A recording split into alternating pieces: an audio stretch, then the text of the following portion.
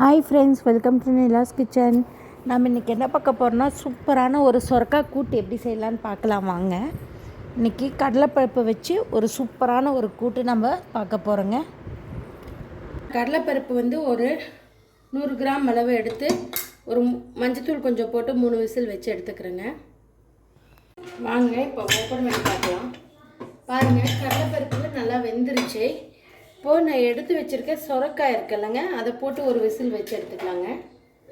Next நம்ம தாளிச்சுடையை உங்களுக்கு காமிக்கிறேன்.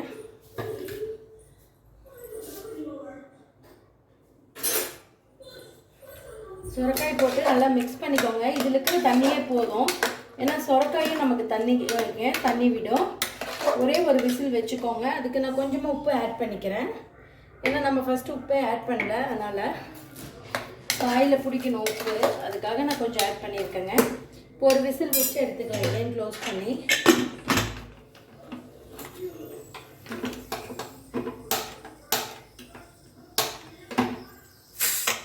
வாங்க இப்போ கூட்டு தாளித்து விட்டுடலாங்க.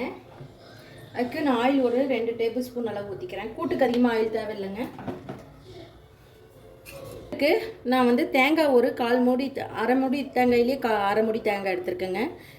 அது கூட ஒரு 5 பச்சை மிளகாய் போட்டு அரைச்சி எடுத்துக்கலாம்.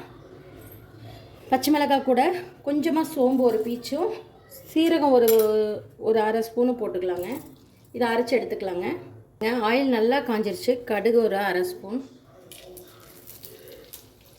சீரகம் ஒரு சிட்டிகை, சோம்பு ஒரு சிட்டிகைங்க, நிறையா போட வேணாம். பாருங்கள், கடுகு அதெல்லாம் நல்லா வெடிச்சிருச்சு. இப்போ சின்ன வெங்காயம் ஒரு 5, ஒரு 2 பச்சை மிளகாய் எடுத்துருக்கேன், போட்டுக்கிறேன். போட்டு நல்லா வதக்கி விட்டுக்கோங்க. ஆல்ரெடி நம்ம அந்த குக்கரில் வேக வைக்கும்போதே உப்பு போட்டிருக்கோங்க, அதனால் நம்ம தாளித்து விட்டு உப்பு பத்தலனா போட்டுக்கலாம். இப்போ இந்த ஆனியனுக்கு மட்டும் லைட்டாக உப்பு போடுறேங்க. லைட்டாக, ரொம்ப வேணாம், ஒரே ஒரு சிட்டிக்கு தான் போடுறேன் தூளுக்கு. ஆனியன் நல்லா வதங்கிட்டுங்க. நல்லா வதங்கிடுச்சு.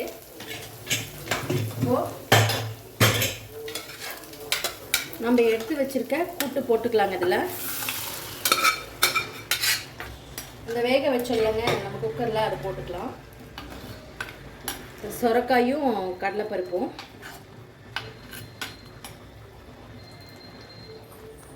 இது நல்லா கொதிச்சிருச்சு. இந்த ஸ்டேஜில் நம்ம தேங்காய் இதெல்லாம் போட்டு அரைச்சோம்லங்க, பச்சை மிளகாய் எல்லாம் போட்டு அதை போட்டுக்கிறேன். இது நல்லா மிக்ஸ் பண்ணிக்கலாங்க.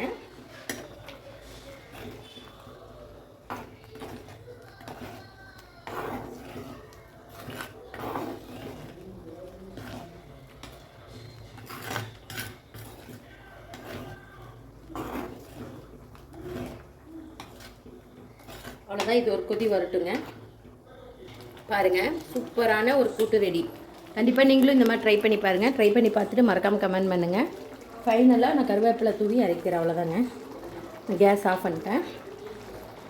சூப்பரான ஒரு கூட்டு ரெடிங்க.